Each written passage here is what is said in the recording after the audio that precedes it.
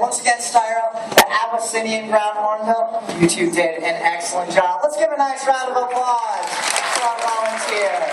Great to see, ladies. Good job, Styro. Yep, as I said, they can eat just about anything. They find food just about anywhere. It's everything the other birds have left. She makes a nice treat out of it. She found an almond, it looks like. There we go. Wow. Yeah, those two are brave. They were very brave. You know, I really got to get over this fog. It's holding me back. I think I've got a bird that'll help you out. Yeah? Yeah, it's got a really cool natural behavior. You'll love it.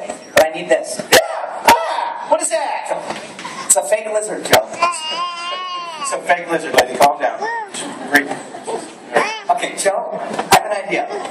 Let's name the lizard after you. Really? Yeah. We're going to call him Little Joe. Aw. So everyone, I want you to imagine that Little Joe here is a real live lizard. He's down in the grasslands of South America, in the sunshine, basking on his favorite rock, minding his own business, when along comes Sluggo, the red-legged Seriama. Sluggo here is going to sneak up on Little Joe. Sneaks up, grabs him, and slams him on a rock. So this is what Seriamas do. They eat things like rodents, reptiles, small animals. They find one, they find a nice hard surface. Oh, you can't drop it. There we go. Get a nice grip. Find a nice hard surface, and think about it. Pulverize it, just like that. It's going to do a couple things. One, it's probably going to kill Little Joe. There we go. But it's also going to break up the bone, make it nice and soft and squishy, so Sluggo here can swallow in one big, juicy gulp. All right, one more good one. Oh, I think you can do a little bit better than that. Let's try one more good slam. See if we can bounce it off the rock. You ready? Okay, aim well. He's playing with his food now. You have to let go. Any moment now.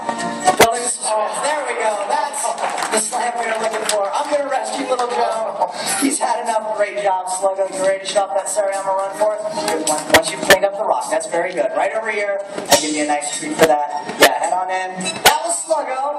All the way. Our red-legged Seriama. Wow. What do you think of that, Joe? I think I'm glad I'm Big Joe. Can you imagine if we did that in restaurants? Sir, what are you doing? Tenderizing my steak? Alright, now, let me bring out a smaller bird. You can take a break. Smaller bird, good idea. Everyone will love it. I have a hawk. He's going to fly in the back. Corey, no, that's not a hawk. Why not? No, they don't want to see a hawk. They want to see a hawk. I'll ask him. Who wants to see a hawk fly?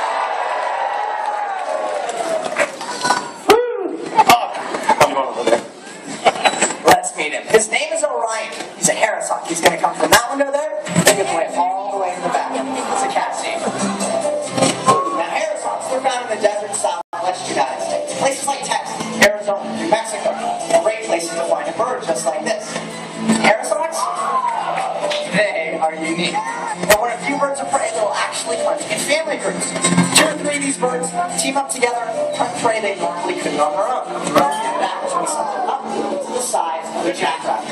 Very important strategy because of the harsh desert regions they live in. And they need that extra egg. See, 75% of all birds of prey hatch out there. 75% won't make it past their first year of life. Really? 75%? Why is that?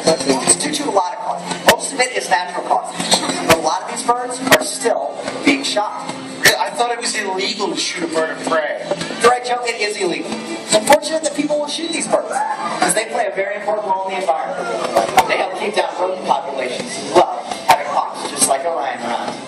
Alright, he's going to do one more flight right up here. Here he comes. Beautiful. You did an awesome job. Thank you so much. You can head on in. That was Orion, our Harris hawk. Oh, Corey, I had no idea that birds could be so beneficial. Yeah, Joe, beneficial and beautiful. Take our next bird. Probably one of the most beautiful birds found in the African savannas. It's called the East African ground crane. Yeah, right over here. Alright, we're going to see this bird fly to me on stage. Show off that wingspan just a little bit for us. Are you ready, buddy?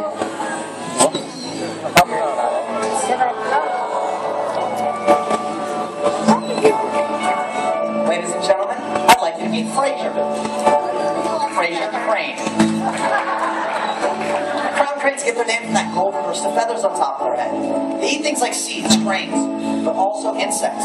Insects can destroy farmer's crop or even spread disease. Hey, Joe, do you want to feed Frazier? Corey, that's a big step. You guys think Joe should feed the crane, right? Yeah, what do I do? Put your hands into a bowl. Okay, like that. Just like that, I'm going to give you a whole bunch of treats. Frazier's going to come eat right out of your hand. Here he comes. Ready, bud? Hey, look at me, I'm feeding a bird. Oh my goodness, aren't you beautiful? Wouldn't it be something to see him flying out in the wilds of Africa with his friends? It would be amazing. That would be an incredible sight to see. It's tough on the climate. See, tardigrade crane numbers are dropping in the wild due to habitat loss, pollution, even poisoning. Oh no. I can't imagine a world without such beautiful creatures like